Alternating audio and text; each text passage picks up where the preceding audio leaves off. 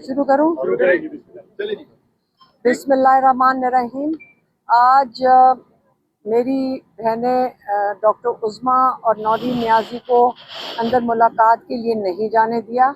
आम तौर पे आपको पता है कि पिछले 3.5 महीने से मुझे तो बिल्कुल इजाज़त नहीं मिली है, लेकिन इमरान खान की वो एक वाहिद मुलाकात होती है। पहले इन्होंने हमारी फैमिली, मेरे कज़न्स भी आते थे, 6 लोगों की इजाज़त थी, इन्होंने उसको कम करके 3 पे ले आए, हम तीनों बहनों पे। फिर वो भी ख़त्म करके 2 बहनों पे ले आए, और आज उन्होंने इमरान खान की मुकम्मल तौर पे फैमिली के साथ मुलाकातें बंद कर दी हैं। यही हम बड़ी देर से कह रहे हैं कि सारे इंसानी हकूक़ पाकिस्तान के और इंटरनेशनल उसकी ख़िलाफ़ वर्जी हो रही है, जजेस के ऑर्डर्स की ख़िलाफ़ वर्जी हो रही है। आज इमरान खान की मुलाकात हुई है, इमरान खान और बुशरा बीबी की, बुशरा बीबी की बेटी के साथ और बुशरा बीबी की भाभी के साथ हुई है, और एक हमारे लॉयर जो अंदर गए थे। अब इनके थ्रू जो पैगाम आया है वो मैं आपको दे देती हूँ। पहला पैगाम इमरान खान का ये है कि 3 जजेस लाए गए, एक काजी फायज ईसा, एक अमीनुद्दीन और एक डोगर। इनको ख़ास अपॉइंटमेंट दी गई है ताकि इमरान खान को क्रश करें।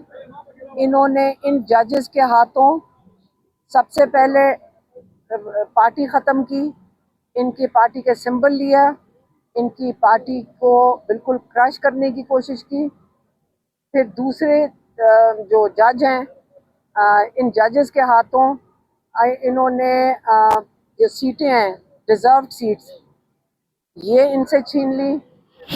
फिर इन्होंने, यही जजेस हैं जिन्होंने ये कहा था कि जो मिलिट्री कोर्ट्स में ट्रायल्स हो रही हैं ये जायज़ हैं। और फिर जो जज डोगर आए, इनको ख़ास लाया गया, पहले एक्टिंग जज बनाया गया, फिर इनको मुस्तकिल कर दिया गया। उनको इनाम इस चीज़ का मिला है कि उन्होंने कामयाबी से 3.5 महीने इमरान खान का केस नहीं लगाया, जिसमें इमरान खान को अगर 3 मिनट में, हमारे लॉयर्स कहते हैं कि अगर वो केस सुन लें तो 3 मिनट में इमरान खान और बुशरा बीबी को बेल मिल सकती है। तो वो जज जो डोगर हैं, इन्होंने 3 महीने बड़ी कामयाबी से इमरान खान का केस लगने नहीं दिया। हम सारे MNAs MPAs साथ जाते थे, इमरान खान के इलेक्टेड लोग साथ जाते थे सिर्फ तारीख लेने के लिए, और जज डोगर ने बड़े कामयाबी से आंख मचोली खेली है और ये केस नहीं लगने दिया। और अब जब हम तारीख मांगते हैं वो तारीख ही नहीं दे रहे। तो इमरान खान ने कहा है कि मैं आपके खिलाफ जो बात कर रहा हूँ, इसकी वजह से आप मेरे ऊपर कंटेम्प्ट ऑफ कोर्ट लगाएं। मैं आपके ऊपर इल्ज़ाम लगाया है, आप मेरे ऊपर कंटेम्प्ट ऑफ कोर्ट लगाएं, और मैं आपके सामने पेश होऊंगा ताकि मैं अपनी बात कर सकूं कि ये मैंने बात क्यों की है, और मैं कोर्ट में पेश होना चाहता हूँ। ये एक इमरान खान ने पैगाम भेजा है। दूसरा पैगाम उन्होंने कहा कि जो पाकिस्तान का जो इकोनॉमिक हालात जाएंगे, ये याद रखें कि जब आप, वो उन्होंने इसको नाम दिया, उन्होंने कहा, मैं पहले भी कह चुका हूँ कि जब मैं प्राइम मिनिस्टर था तो मुझे एजेंसियों ने बताया कि ये सारे चोर हैं। आज वही लोग चोरों को लेकर हमारी एजेंसियां उनको ऊपर बैठा दिया है, पाकिस्तान के ऊपर, और इसको उन्होंने कहा डाकू, क्या था, डाकू डफर अलायंस। उन्होंने इसको नाम दिया डाकू डफर अलायंस, और उन्होंने कहा कि यही किस्म का अलायंस आप देख लें नाइजीरिया में है। नाइजीरिया का उन्होंने कहा ज़रूर इसका वो एग्ज़ाम्पल देना, क्योंकि नाइजीरिया दुनिया का 5वां सबसे बड़ा तेल की प्रोडक्शन करता है और बहुत अमीर मुल्क होना चाहिए, लेकिन वहाँ पे गुर्बत अरूज पे है। तो इसका ये मतलब नहीं है कि अगर आपके पास वसाइल हो तो आप तरक्की कर जाते हैं। उसके लिए आपको ज़रूरत है एक ईमानदार या एक जो आपकी जो रूलिंग एलीट है, वो जब आपके सारे वसाइल चोरी कर लेगी तो एक मुल्क जितने मर्जी वसाइल एक मुल्क पैदा कर ले, आप गुर्बत की लकीर से ऊपर नहीं ला सकते अपने लोगों को।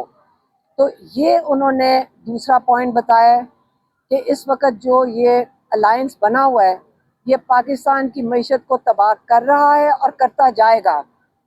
अब लोगों के ऊपर है कि आप अपनी इस निज़ाम के लिए आपको कबूल है, क्योंकि आप गुर्बत की लकीर के मज़ीद नीचे चलते जा रहे हैं। आपकी इकॉनमी मज़ीद, आपकी जो आपका 100 रुपया था पहले, आप 75 रुपए पे आ गया, क्योंकि आपका तो पेट्रोल भी महंगा करते जा रहे हैं और आपके ऊपर टैक्सेस भी लगा रहे हैं। अब लोगों के ऊपर है कि आपको जो तहरीक का इमरान ने ऐलान किया है वो रूल ऑफ लॉ के लिए है, क्योंकि रूल ऑफ लॉ पाकिस्तान में इस वक्त आप जो देख रहे हैं कि सज़ाएं मिल रही हैं लोगों को कि झूठी गवाहियों की, जब जब हमारे लॉयर्स ने जाकर कोर्ट लखपत में दिखा दिया है कि झूठी गवाहियाँ, जो 2 गवाह थे जिसके ऊपर सारा केस बना हुआ है वो झूठे थे, वो प्रूव हो गया है। उसके बावजूद आज देखने को है, क्योंकि उन्होंने जजमेंट रिजर्व कर लिया है, और आज देखते हैं कि ये जज जो लाहौर वाला है ये किस किस्म की सज़ा देता है, या उनकी झूठी गवाह जिन्होंने दी है उनको 12-12 साल की सज़ा दे, क्योंकि कानून कहता है कि अगर आप झूठी गवाही देंगे उसकी सज़ा 12 साल है। या उनको सज़ा देनी चाहिए इसको जिन्होंने झूठी गवाहियाँ दी हैं, या इन झूठी गवाहियों के ऊपर ये बेगुनाह लोगों को सज़ाएं देते हैं। ये आपके सामने आ जाएगा। अगर ये इस किस्म का पाकिस्तान का रूल ऑफ लॉ है, तो अगर सारे, जैसे इमरान खान ने पहले कहा, दरवाजे बंद हो गए, तो इस वक्त इसलिए इमरान खान ने कहा था हमारे पास और कोई चारा नहीं, हमें तहरीक चलानी पड़ेगी रूल ऑफ लॉ के लिए, अपनी डेमोक्रेसी जमहूरियत के लिए, कानून और आइन की बालादस्ती के लिए। और मईशत तो सबको लेकर इस वक्त सब पे असरअंदाज हो रही है। तो अब तहरीक के ऊपर उन्होंने पार्टी के लिए हिदायत भेजी है कि सारे यकजा होकर सारा फोकस तहरीक के ऊपर करें। उन्होंने ये अपनी हदायत भेज दिया जो सलमान अकरम राजा साहब को इमरान खान की दे दी गई है कि सारे मुत्तहिद होकर सारा अपना फोकस तहरीक के ऊपर ले आए। और तहरीक इसलिए है क्योंकि इंसाफ के दरवाजे सारे बंद हो गए। यही इमरान खान का पैगाम था। इतना ही आज हमें मिला है। मेरी बहनें अंदर जा नहीं सकी हैं, तो इसलिए हमारी फैमिली को बिल्कुल बंद कर दिया गया है। अच्छा, ये बताइएगा, खान साहब ने अंदर से जो लोगों को, आज 32 लोगों को सजा हुई है 9 मई में, उसके ऊपर उन्होंने को पैगाम दिया अंदर से। तो दूसरा ये बताइएगा कि खान साहब के बच्चे कब पाकिस्तान आ रहे हैं, और आप जो 5 अगस्त को एहतजाज करने जा रहे हैं उसकी कोई जगह बताइए कि किस जगह पर एहतजाज होगा, या पूरे पाकिस्तान में मुख्तलिफ?